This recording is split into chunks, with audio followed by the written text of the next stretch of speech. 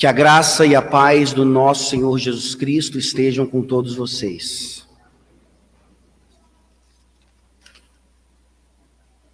Abramos nossas Bíblias, meus irmãos, no Salmo de número 19. Como fizemos hoje pela manhã, vamos ficar de pé, demonstrando a importância dessa palavra para nós, uma atitude de honra. E certamente esse salmo nos dirá a respeito dessa honra devida à palavra de Deus, porque é a palavra de Deus. Salmo 19. Assim diz essa palavra inerrante do Senhor. Ao mestre de canto, Salmo de Davi: os céus proclamam a glória de Deus, e o firmamento anuncia as obras das suas mãos. Um dia discursa a outro dia, e uma noite revela conhecimento a outra noite. Não há linguagem, nem há palavras, e deles não se ouve nenhum som. No entanto, por toda a terra se faz ouvir a sua voz, e as suas palavras até aos confins do mundo. Aí pôs uma tenda para o sol, o qual, como noivo que sai dos seus aposentos, se regozija como herói a percorrer o seu caminho. Principia numa extremidade dos céus e até a outra vai o seu percurso, e nada refoge ao seu calor. A lei do Senhor é perfeita e restaura a alma. O testemunho do Senhor é fiel e dá sabedoria aos simples. Os preceitos do Senhor são retos e alegram o coração. O mandamento do Senhor é puro e ilumina os olhos. O temor do Senhor é límpido e permanece para sempre. Os juízos do Senhor são verdadeiros e todos igualmente justos. São mais desejáveis do que ouro, mais do que muito ouro depurado, e são mais doces do que o mel e o destilar dos favos. Além disso, por eles se admoesta o teu servo em os guardar a grande recompensa. Quem há que possa discernir as próprias faltas? Absolve-me das que me são ocultas. Também da soberba guarda o teu servo, que ela não me domine, então serei irrepreensível e ficarei livre de grande transgressão. As palavras dos meus lábios e o meditar do meu coração sejam agradáveis na tua presença, Senhor, rocha minha e redentor meu. Amém. Podeis assentar.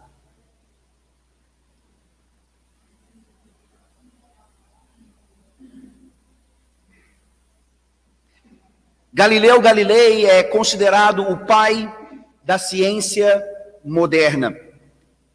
Dentre as várias contribuições científicas, ele melhorou o telescópio refrator e com ele descobriu as manchas solares, as montanhas da Lua, as fases de Vênus, 4 dos satélites de Júpiter, os anéis de Saturno, as estrelas da Via Láctea.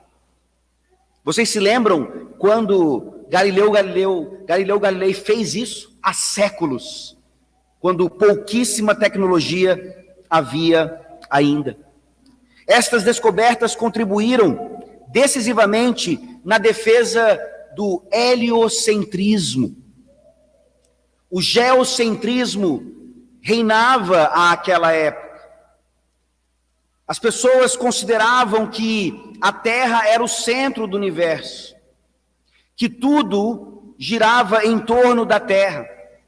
E aqui então, Galileu Galilei, com suas pesquisas, ele começa a demonstrar então que essa não era uma conclusão científica adequada. E vocês conhecem a história, isso leva Galileu a ser julgado e condenado pela Inquisição Romana.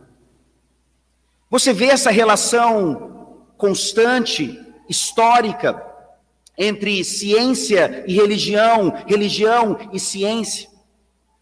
É interessante quando nós continuamos observando a Via Láctea, continuamos observando os planetas. E quais são os nomes dos planetas no sistema solar? Mercúrio, Vênus, Terra, Marte, Júpiter, Saturno, Urano, Netuno.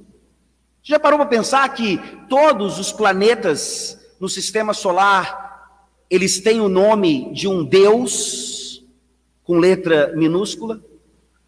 Na verdade, a Terra era para ser chamada de Gaia, mas também numa luta religiosa, conseguiu-se que pelo menos a Terra fosse preservada de tamanho paganismo, digamos assim. Por mais que a ciência tente se desvencilhar da religião, é impossível que a ciência não descambe sempre para aquilo que o pastor Christopher também trouxe aqui nas implicações ainda do primeiro mandamento. Não há como qualquer ser humano, por mais que ele tente fugir disso, não ter em seu coração uma fábrica de ídolos. Isso vai acontecer o tempo inteiro. E o Salmo 19, então, é para nós, ao terminarmos aqui essa conferência sobre educação, um grande luzeiro, nos mostrando exatamente qual é a base daquilo que nós precisamos fazer em obediência a essa convocação de Deus para nos dedicarmos de forma mais fiel a essa área pedagógica.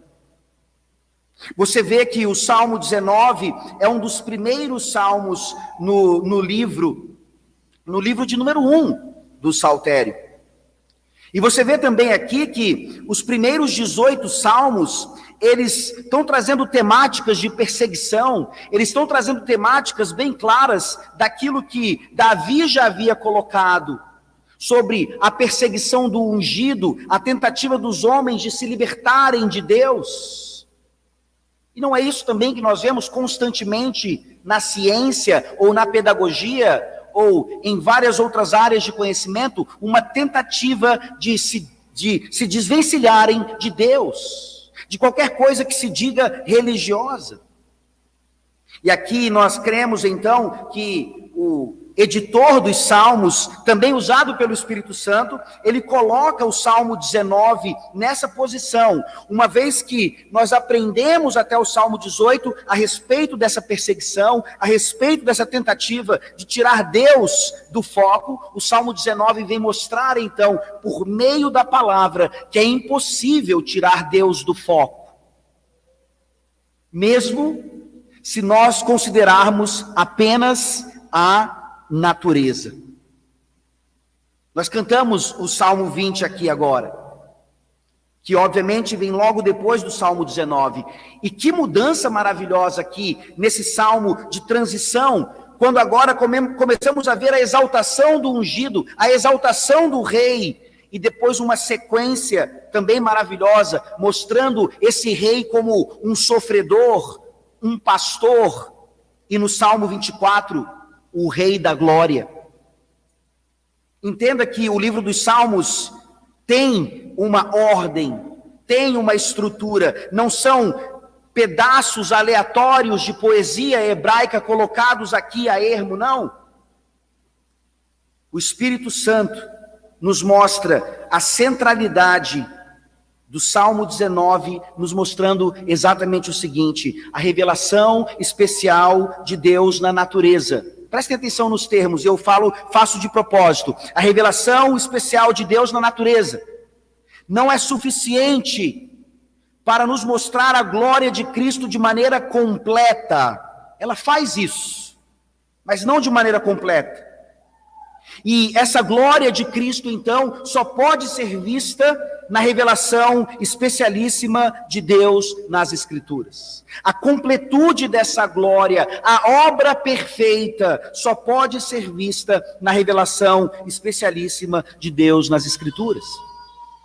De propósito, então, eu não vou usar nessa noite, pelo menos não na questão pontual aqui, da estrutura do sermão, o termo mais usado na teologia, que é a revelação geral, a revelação da natureza, em contraste com a revelação especial, a palavra de Deus.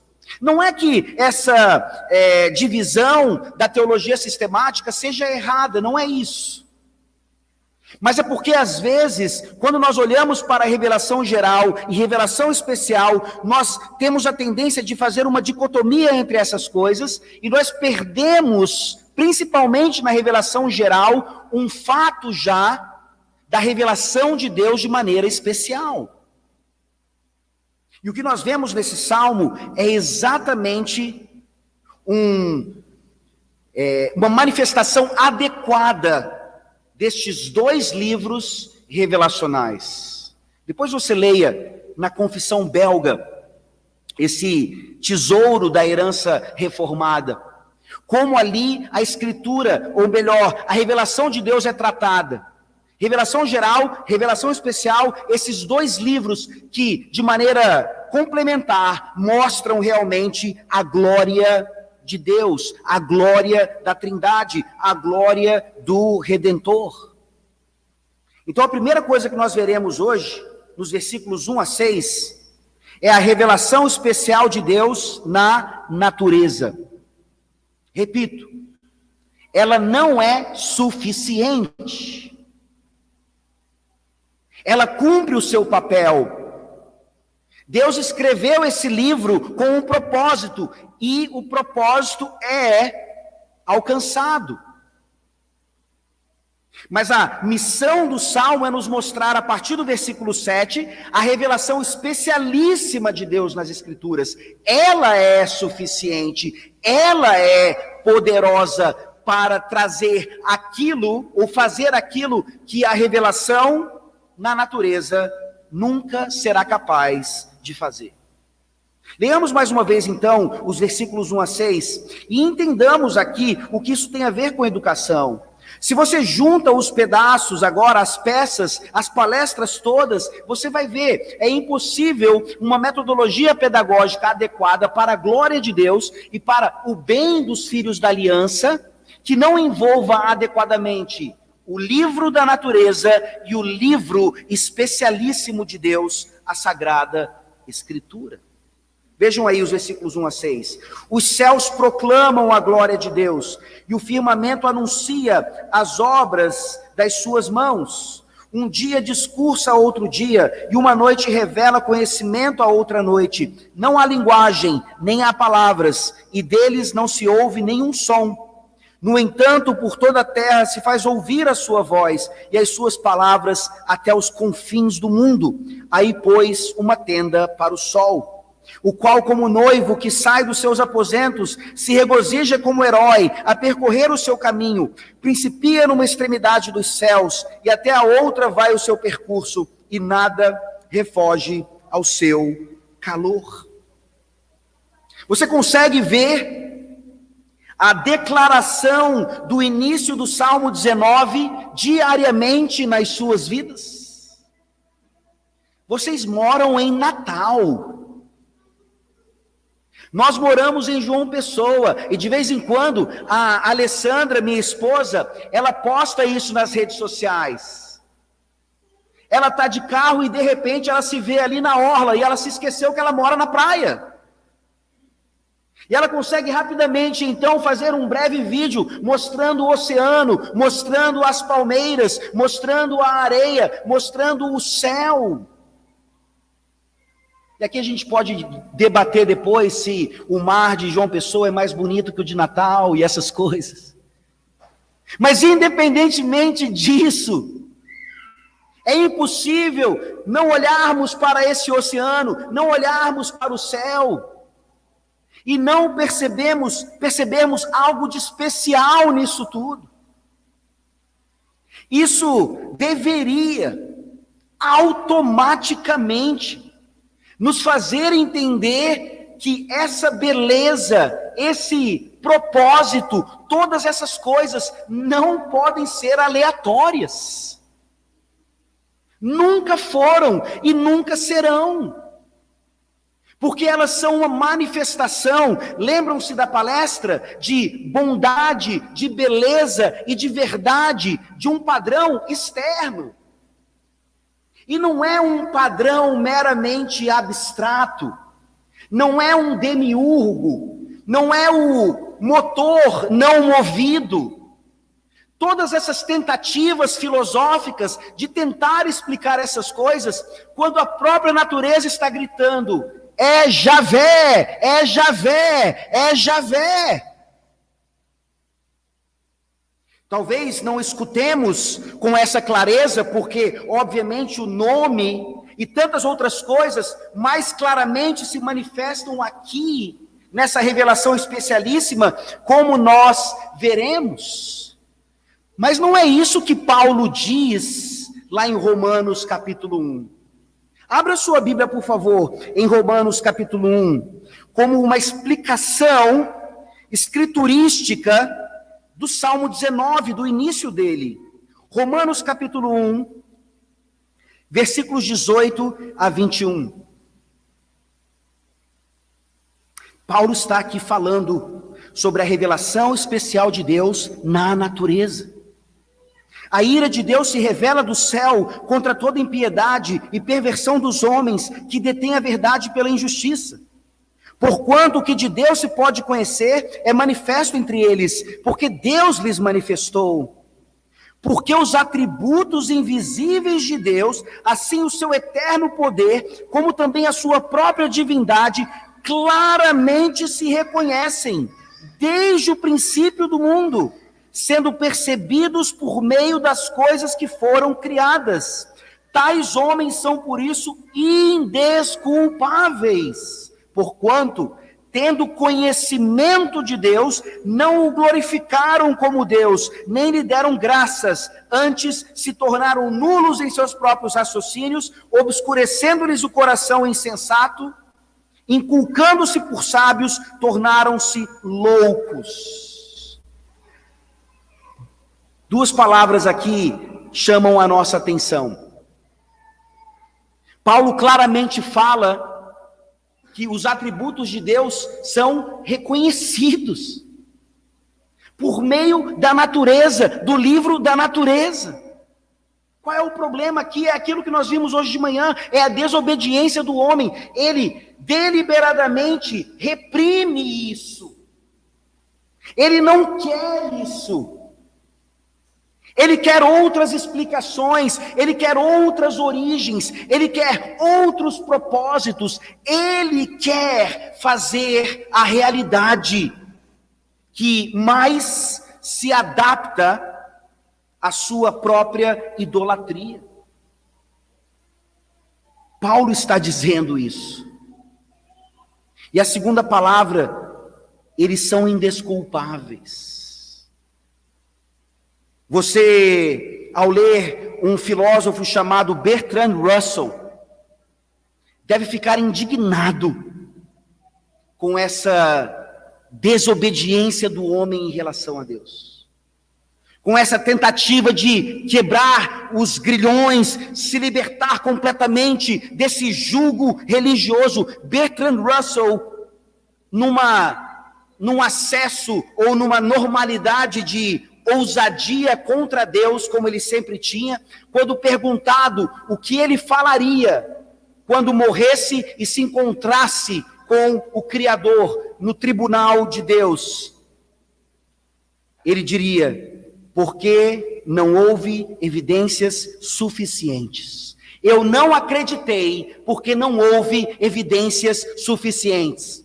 Ah, se o céu se rasgasse e uma voz do céu viesse e falasse, então talvez eu cresce. Mas não houve evidências suficientes. Isso é mentira.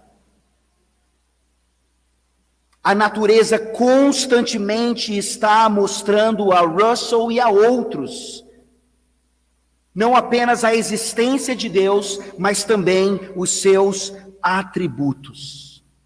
E vejam então que essa natureza, ela é realmente global, ela é completa nesse sentido. Ninguém, absolutamente ninguém, fica sem essa revelação. É o que está dizendo o texto. O texto mostra a proclamação da glória de Deus pelos céus, pelo firmamento, e o versículo 2 e 3 nos mostram que essa natureza, então, ela está, mesmo sem som, falando a respeito do Criador. O versículo 4 complementa dizendo, até os confins do mundo. O discurso da criação se dá por meio desse livro do Criador, e nos mostram que em todas as áreas de domínio dessa criação, zoologia, botânica, astronomia, o que quer que seja, absolutamente a boa ciência não contradiz as Escrituras. Um fato histórico seria também um bom argumento para nos ajudar a entender isso. Pesquise depois e veja quantos cientistas na história eram crentes. Quantos cientistas na história que descobriram coisas maravilhosas. Não precisaram negar a sua fé, não precisaram ter vergonha da palavra de Deus. A boa ciência jamais contradiz as Escrituras, e as Escrituras jamais negam boa ciência.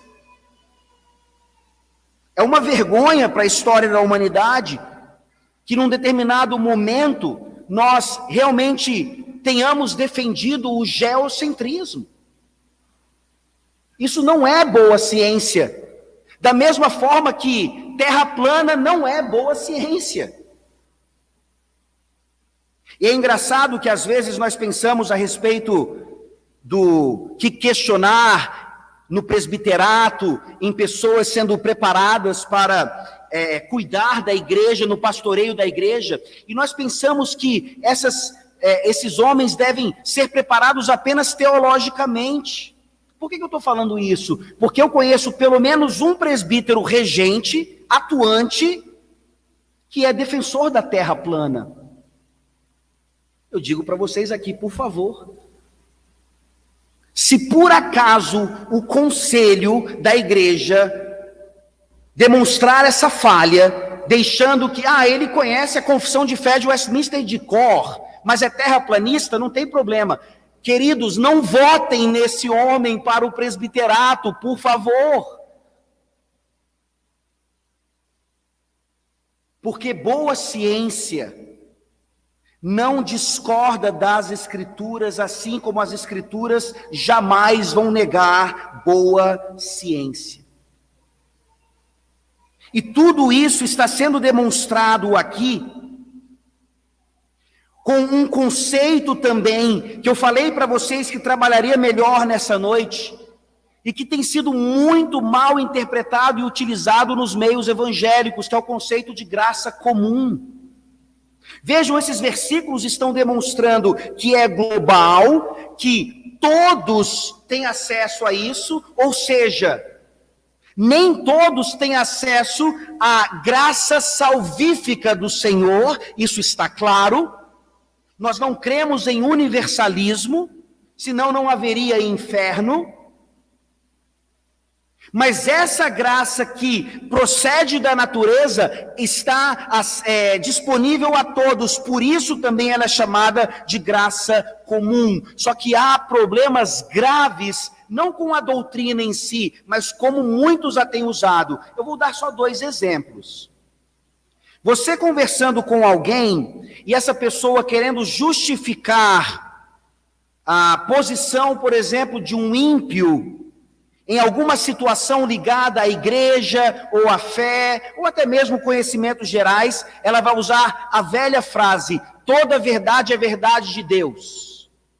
Então, se Freud disse isso, se Nietzsche disse isso, se for verdade, não importa, toda verdade é verdade de Deus. Cuidado com essa declaração. Ela é verdadeira. Mas ela tem que ser contraposta a uma outra verdade. Todo erro é erro do diabo.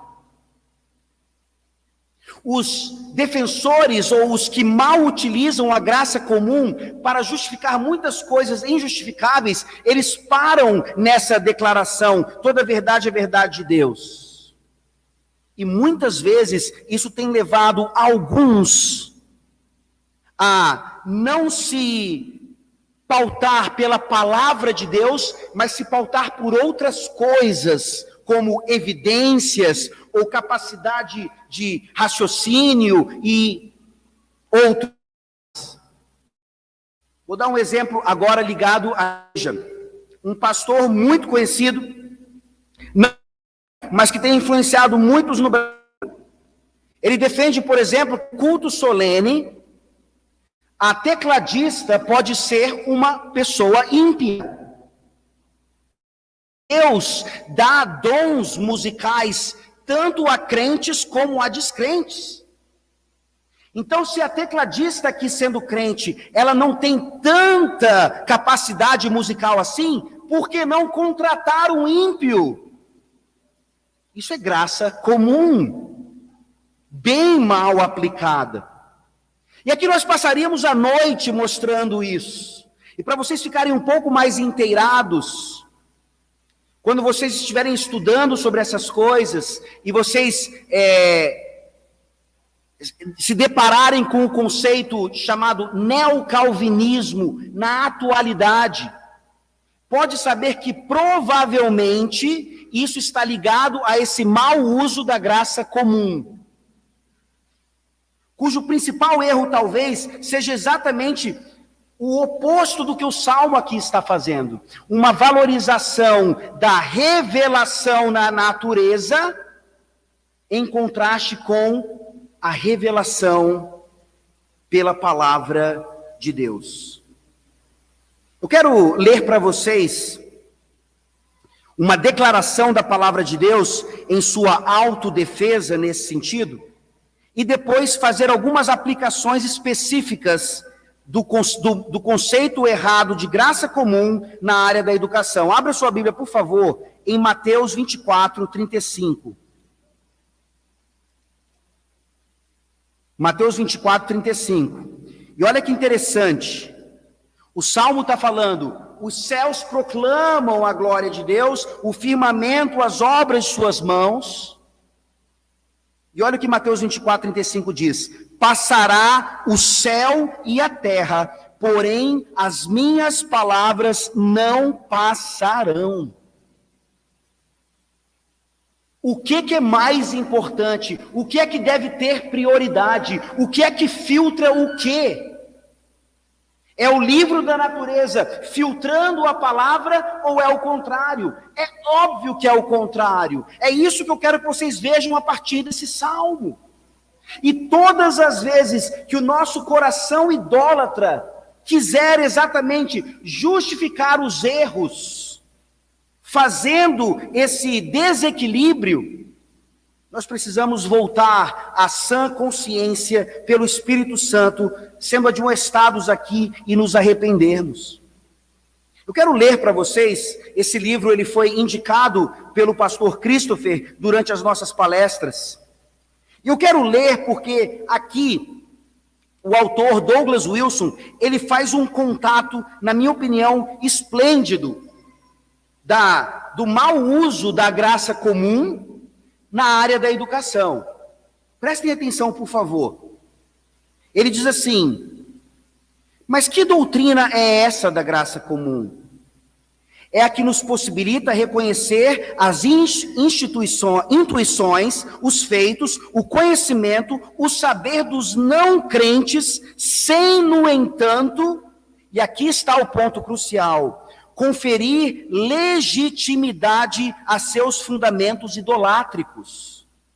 Eis precisamente a questão em pauta. Quando não crentes se rebelam contra Deus, não perdem tudo de uma vez. Eles ainda não estão condenados, ainda não se encontram nas trevas exteriores. Ele continua: a graça comum é o que brota quando Deus permite a não crentes participar e desfrutar do que não poderia ser verdade segundo a cosmovisão deles. é a bênção advinda do fato de ele permitir que não crentes sejam incoerentes. Eu explico. Se o que os descrentes creem fosse verdade sobre o universo já teria implodido há muito tempo. Mas por causa da incoerência deles, por causa da graça de Deus e misericórdia, inclusive sobre eles, mas não salvífica, isso não acontece. Douglas continua: se fossem coerentes, tudo lhes apresentaria desconexo, tudo se fragmentaria em suas mãos. Para conhecer qualquer coisa, eles não poderiam viver no universo em que acreditam estar. Então, por que eles muitas vezes encontram-se à nossa frente? Eu falei isso em uma de nossas palestras. Por que na NASA geralmente só tem ímpio? Por que na academia os que estão hoje formulando as opiniões que se tornam verdade naquele momento são ímpios? Por que está tendo uma crise enorme agora na ida para o STF de um ministro presbiteriano? E aqui eu não quero entrar no mérito da questão sobre a teologia dele em si, mas a gente pode crer que não é um ímpio. Por que eles estão à nossa frente? A resposta é simples, Douglas diz: porque eles atendem às expectativas. Prestem atenção nessa implicação agora educacional. Portanto, eis a dificuldade. O sistema de escolas seculares não é só aquele em que as conclusões certas são ensinadas e os pressupostos falsos estão ausentes ou são deixados de lado. Lembram-se, 2 mais 2 é igual a 4 na escola pactual, assim como na escola secular. Qual é o problema disso, então? Ele fala, é porque todo o sistema é ensinado em conjunto. A cosmovisão secular é transmitida de maneira integral. Ela inclui a origem do universo, a natureza do conhecimento, a concepção progressista da história e assim por diante. Alega-se que aí não se ensina nada contrário à fé em Cristo ou nas Escrituras. Não é verdade. Mas mesmo que jamais se dissesse nada, absolutamente nada, sobre Jesus e sua palavra, o silêncio ressoaria. A criança aprende que seu conceito sobre Jesus não tem importância, pois a existência dele e seus atributos não influenciam seus estudos. Mas como? Como poderia Jesus ressuscitar dos mortos na história humana e não alterar para sempre seu curso e significado? Geralmente, cursos de história são aqueles cursos onde mais se apresenta inimigos de Deus, contrários a Deus, à sua palavra, ao seu domínio. Por quê? Porque é tomar essa graça comum e ao invés de buscar a Deus em arrependimento, é essa constante rebelião. E aí o Douglas Wilson conclui, a graça comum é fragmentária. Ela não fornece um sistema de crenças coerente, excluído apenas o componente Jesus. Encontra-se sim no meio de uma confusão idolátrica. É boa para não crentes em termos relativos, porque ainda é preferível às trevas exteriores. Ou seja, viver num mundo caído, em rebelião a Deus, ainda é melhor do que o inferno. Mas o fato de Deus ser generoso para com eles, ao preservá-los das consequências plenas de sua rebelião, não implica que essa bagunça curricular caótica e incoerente convenha a filhos de crentes. É onde eu e você estudamos, é onde provavelmente os nossos filhos estão estudando agora, ou onde eles estudariam, caso Deus não nos visitasse poderosamente e nos motivasse, então, a entender que os nossos filhos, prioritariamente, não devem ser educados por graça comum. Isso não tem a primazia no reino de Deus. É muito interessante a aplicação que ele faz, então, inclusive citando um texto que nós lemos hoje de manhã, na leitura continuada em Êxodo, falando sobre como o leite não pode, um animal não pode ser cozinhado no leite que o alimenta. E a aplicação do Wilson é exatamente essa. Os nossos filhos estão sobrevivendo à educação. Eu e você sobrevivemos à educação. Nós sobrevivemos a esse sistema todo, cheios de marcas, com coisas nos nossos corações que ainda precisam ser tratadas. Mas nós sobrevivemos, nós estamos aqui, ouvindo uma palestra como essa, um sermão, melhor dizendo, tendo a esperança de novos dias. E aí ele faz a aplicação, aquilo que deve dar a vida, deve nutrir as nossas crianças, a pedagogia, a educação pela palavra, não pode ser aquilo que as sufoca.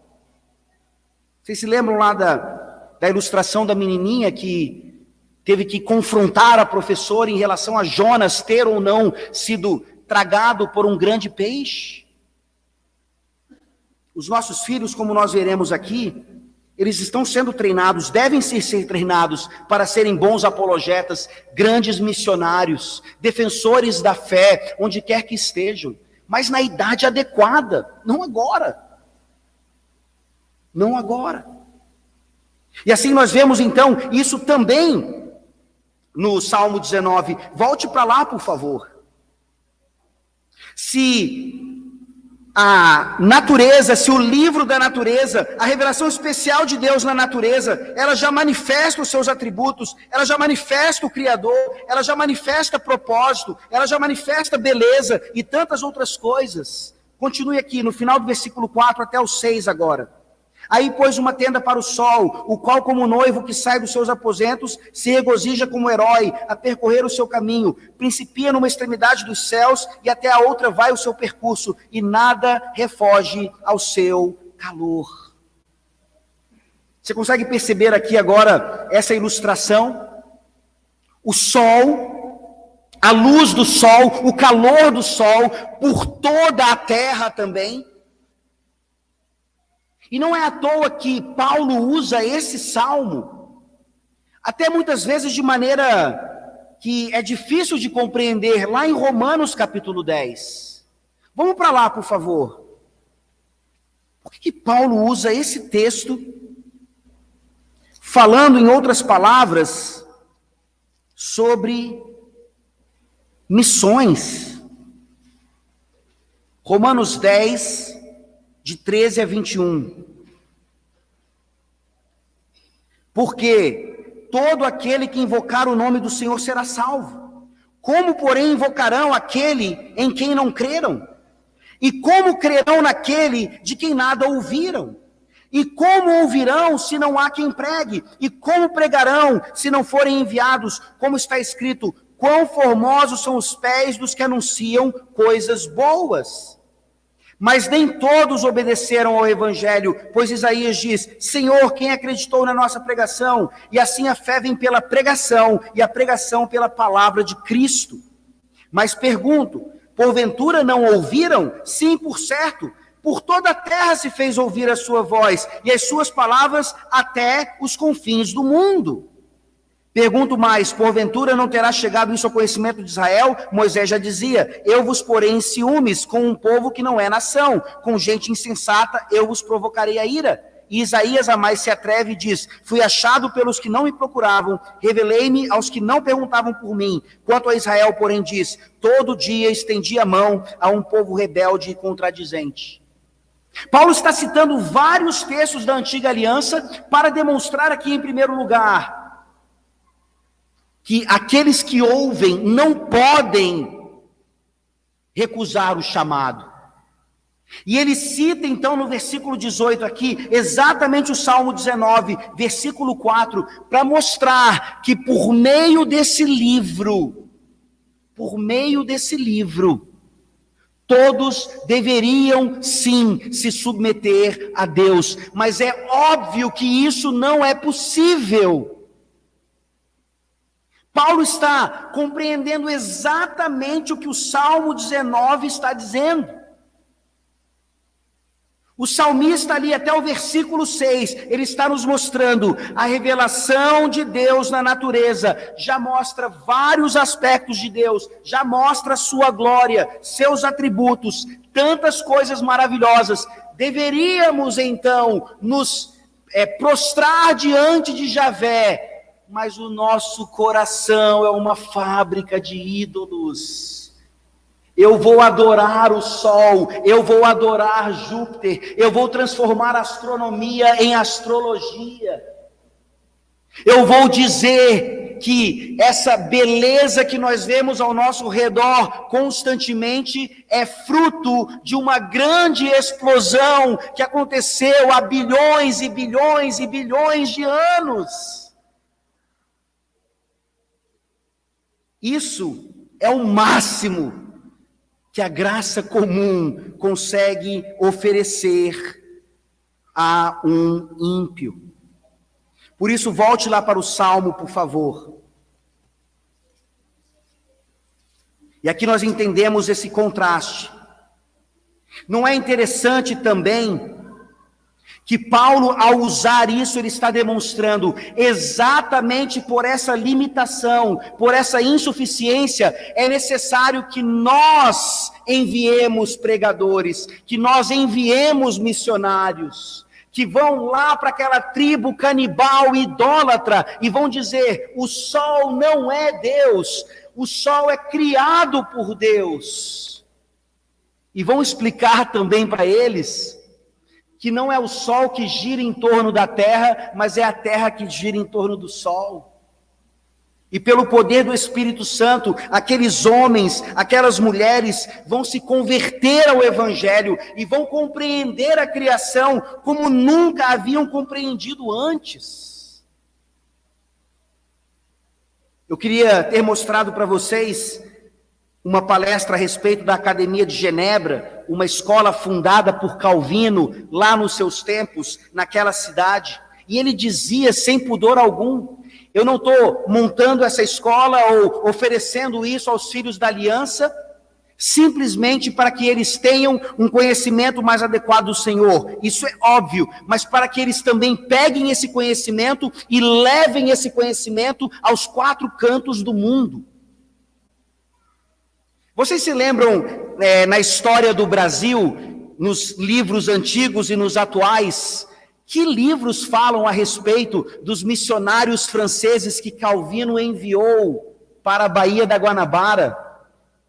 Os huguenotes que ali então escreveram a Confissão de Fé da Guanabara, que vieram para o Brasil a chamado de Villegagnon e foram traídos por Villegagnon, porque demonstraram a sua fé em Deus e não num moralismo católico romano fútil. Os nossos livros jamais vão apresentar isso, porque não convém a história, não convém, é algo de religião, é algo de fé, é algo espiritual. Por isso, então, aqui no Salmo 19, nos versículos 5 e 6, no final do 4 até o 6, parece que a Bíblia está dizendo, né? Que o sol nasce aqui e se põe ali. É o sol que se movimenta, então. E aí parece, então, que a Bíblia está negando o heliocentrismo.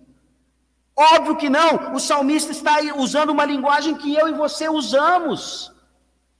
A impressão nos nossos sentidos é exatamente essa: o sol nasce, o sol se põe, mas isso é por causa do movimento da terra e não do sol. Bíblia protege boa ciência, e boa ciência não nega as Escrituras.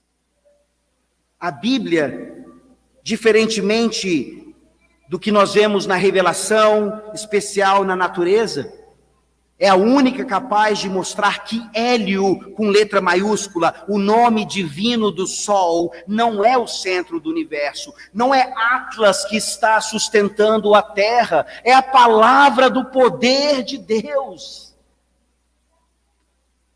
Será que nós precisamos ser tão envergonhados assim, de assumir a nossa fé, de admitir que somos crentes? É essa vergonha que muitas vezes nos faz perder o foco e deixar entrar na igreja aquilo que eu já falei hoje de manhã, algo como a teoria da evolução se encaixando com Gênesis 1, porque afinal Gênesis 1 pode ser visto como uma poesia. Quando Moisés escreve ali que em 6 dias Deus criou todas as coisas, não são dias literais, são eras. Daí o entendimento do consenso científico da evolução. São coisas absurdas como essas, que nos mostram o quanto nós precisamos exatamente daquilo que vem em seguida aqui. Se tem uma única lição que nós podemos tirar desse salmo, é a superioridade da revelação especialíssima de Deus na sua palavra sobre todas as coisas. É a Bíblia que julga tudo, não é a Bíblia que é julgada, é a Bíblia que é filtro de tudo, ela não é filtrada por nada. Graça comum não pode em nenhum momento substituir graça maravilhosa, especial de Deus. Vejam comigo, por favor, isso. A revelação especialíssima de Deus nas Escrituras, a partir do versículo 7. E aqui do 7 ao 10, você vê uma manifestação de Davi, nos mostrando, e ele não consegue ser exaustivo, obviamente, mas ele é suficiente pelo Espírito Santo, nos demonstrando o que a Bíblia é, o que a palavra de Deus é e o que ela faz. Vejam aí, versículo 7. A lei do Senhor é perfeita e restaura a alma. O testemunho do Senhor é fiel e dá sabedoria aos simples. Os preceitos do Senhor são retos e alegram o coração. O mandamento do Senhor é puro e ilumina os olhos. O temor do Senhor é límpido e permanece para sempre. Os juízos do Senhor são verdadeiros e todos igualmente justos. É assim que você entende a palavra de Deus? Você vive por causa da palavra de Deus, você vive pela palavra de Deus. Como é que a palavra de Deus influencia a sua vida em todas as coisas? Nós vemos aqui alguns exemplos claros. Davi, ele é maravilhoso em nos mostrar vários vocabulários da palavra e várias manifestações do que ela faz, que no final das contas nos mostram. Graça comum jamais consegue realizar tudo isso. A revelação de Deus na natureza não consegue realizar isso. Por isso, o cuidado que nós devemos ter em alcançar a restauração da alma, dar sabedoria aos simples, a alegria do coração, a iluminação dos olhos. Isso vem de onde? Da palavra de Deus. Isso não nega outros conhecimentos, meus irmãos, por favor. Uma acusação nesse meio é de que quem pensa assim é um fideísta, é só a Bíblia, pronto e acabou. Não precisamos de qualquer outro livro, não precisamos de nenhuma outra ciência, só de teologia. Isso é falso, isso nunca foi ensinado por ninguém. Não é isso que significa colocar a Bíblia num pedestal, como aquela professora quis dizer naquela escola lá nos Estados Unidos. É simplesmente a demonstração de que esse livro, por causa da soberania de Deus e da manifestação do seu poder por meio dele, é esse livro quem faz todas essas coisas. O Espírito Santo por meio dele.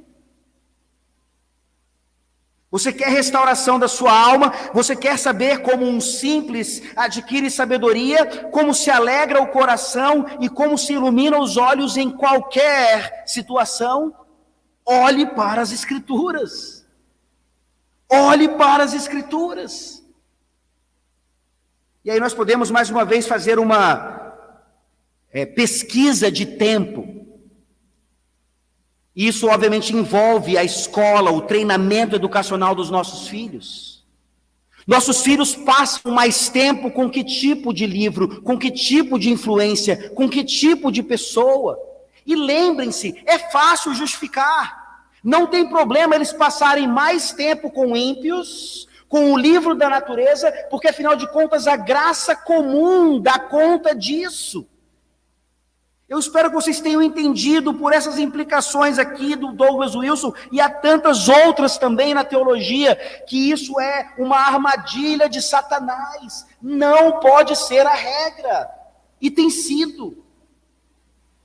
A regra é por aquilo que obviamente é especialíssimo. Aqui nós vemos a profundidade das Escrituras, a superioridade das Escrituras, em outras palavras, a sua suficiência. É por isso, também de uma forma bem clara, que na apologética, na defesa da nossa fé, na crença de que realmente Noé construiu uma arca e animais entraram ali e depois saíram. O nosso principal argumento não é que acharam um pedaço de madeira da arca lá no Monte Ararat, na região tal. Tem um livro muito conhecido que descreve isso. E a Bíblia tinha razão. Olha que ousadia. Um livro que vai demonstrando descobertas arqueológicas. Ah, encontraram. Ufa, agora eu posso acreditar em Gênesis. Agora eu posso acreditar no relato do dilúvio. Encontraram as evidências.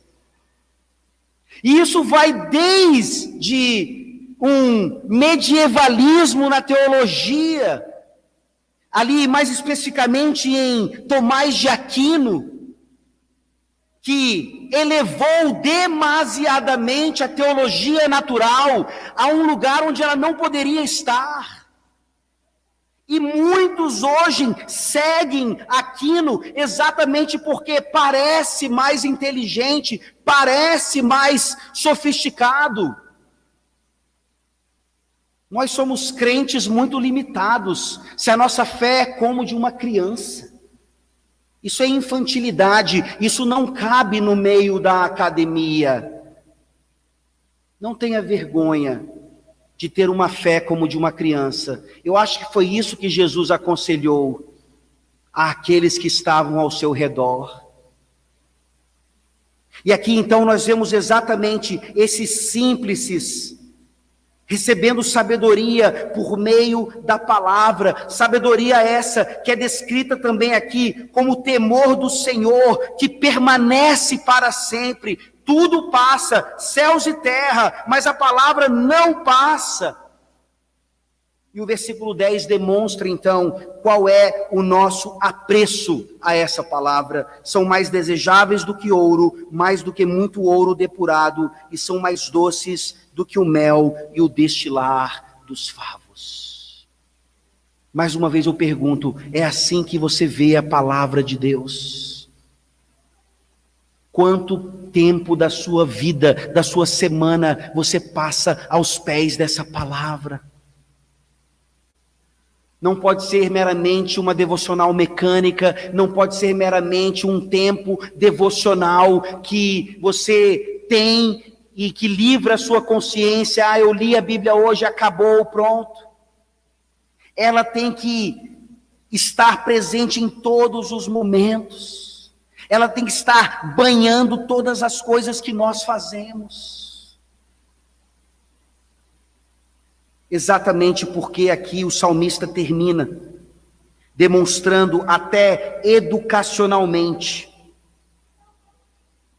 pedagogicamente. Vocês lembram de Tito hoje? A leitura de Tito? A graça de Deus nos educando. É a graça salvífica, a graça específica de Deus, que faz isso juntamente com todas as características da graça comum. Não é uma dicotomia aqui, é só colocar as coisas nos seus devidos lugares. E se educação é transmissão de conhecimento e formação de caráter, o que nós vemos aqui a partir do versículo 11 é exclusividade da palavra de Deus. Exclusividade da palavra de Deus. Provérbios 6 diz que nós devemos aprender com as formigas. Mas sabe como é que eu e você deixamos de ser preguiçosos? Não é olhando a formiga, não é sendo especialista em formiga, isso ajuda e muito, nos dá conhecimento maravilhoso, mas nós deixamos de ser preguiçosos pela atuação do Espírito em nós por meio da palavra. E aqui ele diz então, para a gente terminar, versículos 11 a 14, além disso, por ele se admoesta o teu servo em nos guardar a grande recompensa. Quem há que possa discernir as próprias faltas, absolve-me das que me são ocultas, também da soberba guarda o teu servo, que ela não me domine, então serei irrepreensível e ficarei livre de grande transgressão. As palavras dos meus lábios e o meditar do meu coração sejam agradáveis na tua presença, Senhor, rocha minha e redentor meu. Vocês se lembram da mensagem de hoje de manhã? O processo educacional que flui das Escrituras não é para que nós busquemos a nossa felicidade, mas é para que nós busquemos a nossa santidade, a santidade dos nossos filhos.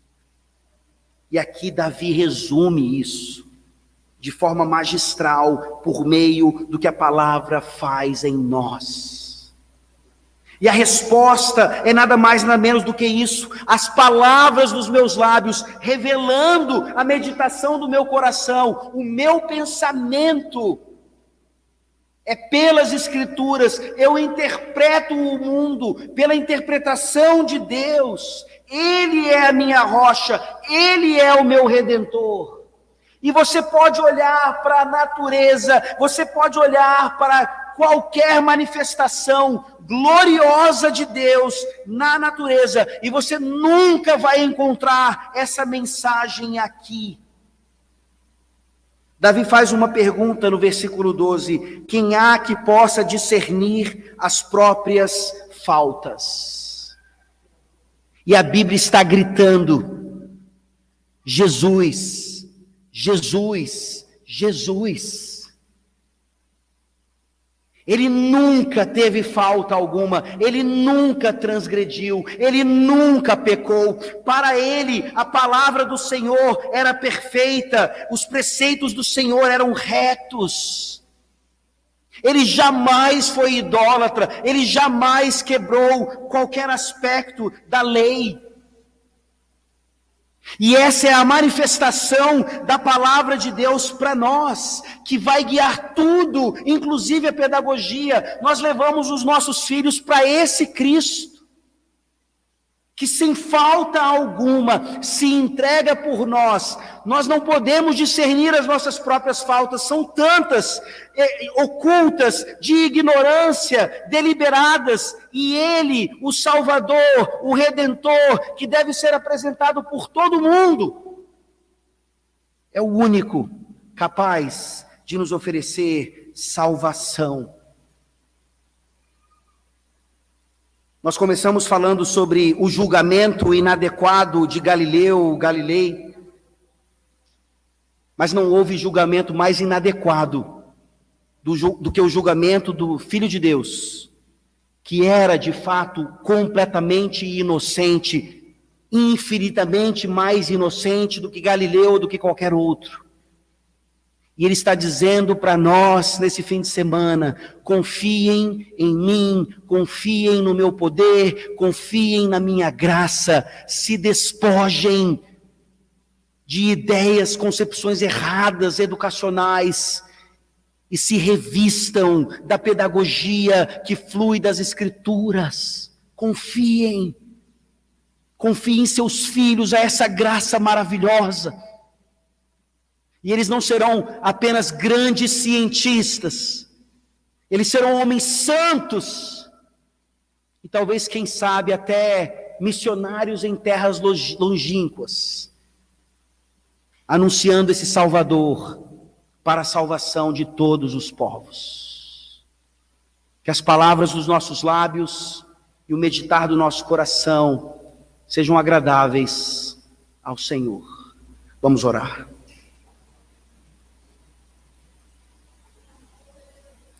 Ó Deus, obrigado pelo Salmo 19, obrigado pela capacidade de Davi, inspirado pelo Espírito Santo, de nos mostrar esse contraste tão claro, não de divisão desses dois livros, mas da superioridade de um livro sobre o outro.